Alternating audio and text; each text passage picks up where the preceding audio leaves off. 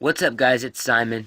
So today I wanted to talk to you about how you can use nutcrackers in your magical practice.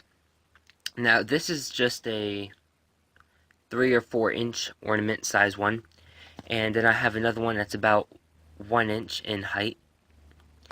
And there's ones that I think the biggest one I've seen is about 12 inches. At in America we have Dollar General, and I think they go for about 10, maybe 15 bucks. I don't really remember. Um, But I wanted to talk to you about the various ways you can use them, depending on the size. You can even incorporate color magic depending on the color of the outfit. The ones here I have here, um, ironically, happen to be the same color pretty much. But there are a bunch of colors and a bunch of sizes, so you can do multiple things with them. And I wanted to talk to you guys about that today because I don't think it's ever been talked about, and if it has, it's definitely not talked about very much. So, I don't know how soon I'm going to be able to do it, but I do want to do a natural Nutcracker DIY, and what I mean by that is like I'm going to use nature things like this. It's going to be the head and stuff like that. I'll go into a whole ingredients list on that video and stuff like that, but rather than waiting to do that video with this one, I thought I'd go and share this now because almost everyone has or buys a Nutcracker, so it's really easy to use and really convenient and inconspicuous. So, without further ado, let's get started. So I think the first one I'm going to go over is the 1 inch size one. Now, we've had these ornaments for a really long time. These are wood, and they're hand painted and everything. Oops, they're really old. They came 12 to a pack, I believe. Yeah, 2 of every color. There was white, red, green, blue, and yellow, I believe. So right there, you have all the elements. You have the white for spirit, red for fire, green for earth, blue for water, and yellow for air. So right there, you can use them as let's see, what could you do? You could, well, first of all, with them being the 1 inch size, you can turn them into pendants to wear around your neck. And then you're being kind of festive because the Nutcrackers are pretty popular around the, well, technically, they're popular from Thanksgiving, American Thanksgiving, until Christmas, a little bit around New Year's, but yeah, their prime time is Christmas. So this is a great way to bring in. Excuse me, I saw something out there. I guess it was a stray cat. I don't know, but this is a good way to bring in magic during the season and not being outed, so to speak, and worrying about being verbally burned on the stake. So if you're a witch that is in hiding or in the broom closet, this is really good for you. So like I said, you can use this as a pendant, or with it being small, you can use color magic, so white for like protection, yellow for like friendship, and I don't know. You pick out your colors that suit you. I'm going to do a color magic video shortly. I might throw it in the Yulemas tag, I'm not sure. But anyway, use your color magic, and these are small enough where you can put them either in a spell bottle or spell jar, or put them on top of a spell jar, and you can use them as guardians.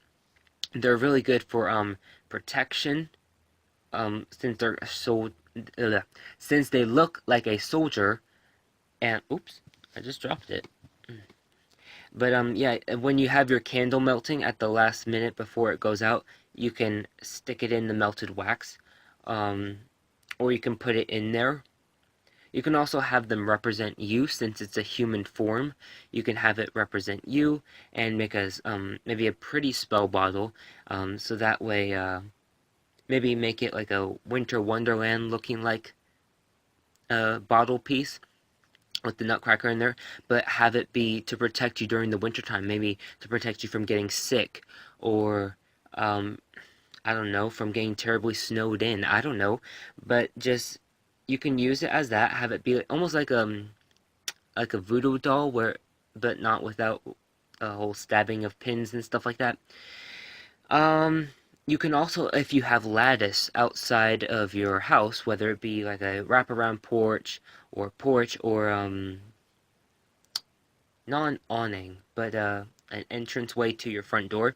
Like at my house, we have some lattice that's in this entryway to the front door. In fact, on each side there's a built-in bench. And so what you could do is, depending on how, keep on dropping it, how inconspicuous you want it to be, you can put it on the outside of the lattice and have it protect you that way. Or you can put it on the inside of the lattice. Or if you're afraid of it being found or anything like that, you could also bury it. Bury it at the corners of your house. And then you have little guardians outside, outside protecting your home.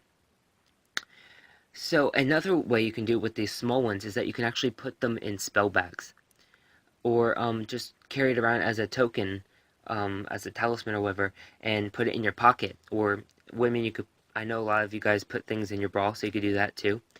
Trying to think, what else can you do with the small ones? You can obviously hang them up on the tree. Now right here you can see a kind of, that's, oh, you can't see. Can you see that? That little dot? I don't know how well you can see that.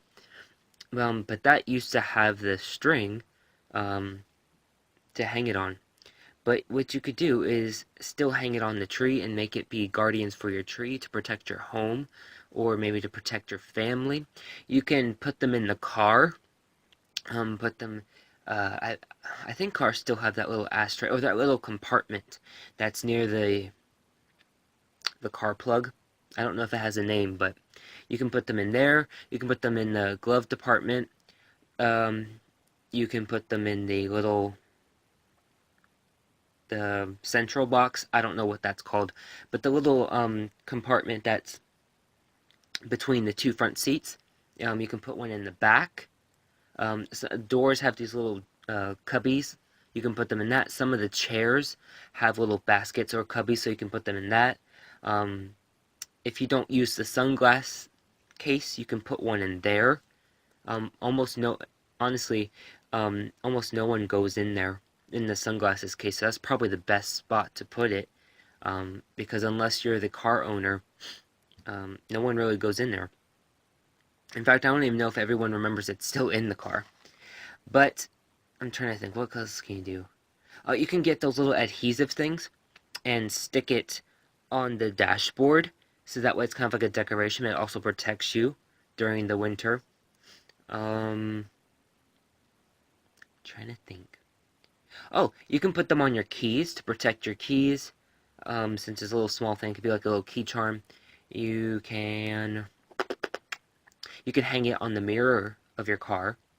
I don't know if you can hang it from the string that it comes with. You might need to switch it out for a bigger string, but you could do that. Women, you could, or men, I know there's some merces out there. You can put it on your purse as a festive decoration also, again, for that protection. What else can you do? Honestly, the small one's probably the best option, because you can do so much more with that than with the other sizes. But if you can't find the small ones, you can always get the next size. This one doesn't have a beard, but you can see it has that old-fashioned white, cottony, fluffy hair. And this is the string that I was talking about, that gaudy gold string. That's on all Christmas ornaments, pretty much. Again, this one's made of wood. It's pretty old, and I'm trying to think. We actually had ones that were a little bigger than this, and I don't know what happened to them. I don't know, but you can put these out on the tree. You can hang them on your window. These are probably the better sides to this size and up. This one's about, like I said, 3 inches. So anywhere from this and up is probably the best to put in your windowsill. Windows aren't typically opened around the wintertime, so you can put them on the midsection of the window. So instead of like on the windowsill or the window frame, or maybe that's what yeah, put it on the window frame, that little center bar looking like thing.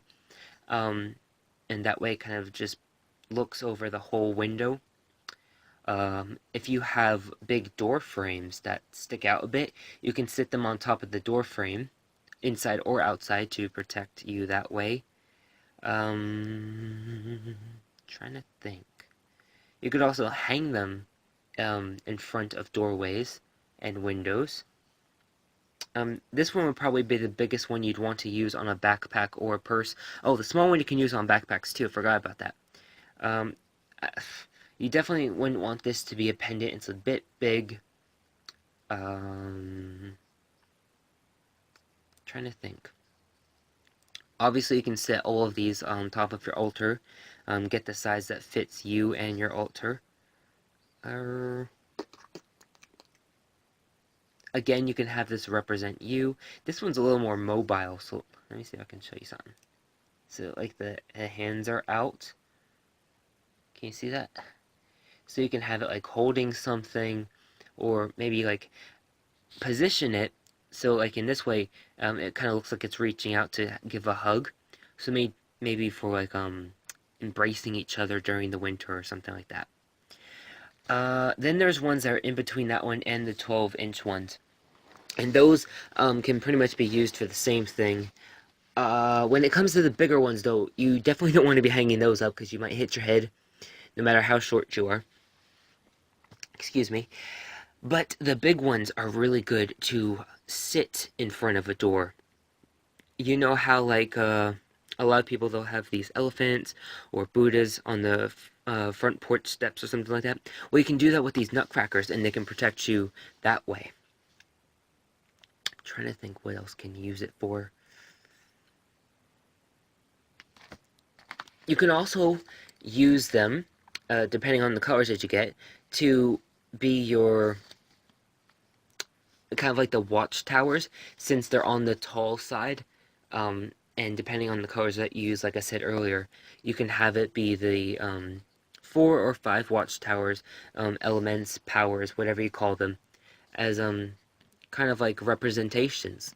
So that way, if you have a permanent circle, or you're doing something that calls for a circle and you don't feel like breaking it down all the time, you can sit those around and it'll just look like decoration, depending on how you set it up. You can also use garland to make a circle as well, if you want permanent circles. That is if you don't have pets. And sometimes even if you do have pets, they don't mess with that type of stuff. Like, our pets are pretty awesome. They're pretty well behaved. They don't mess with the tree. They don't mess with garland or anything like that, or the ornaments.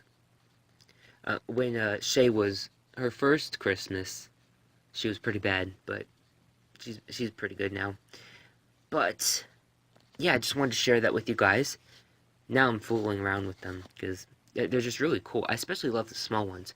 Oh, I forgot to tell you something. I'm using the small ones. I don't think I'm going to use all of them, but I'm using some of them.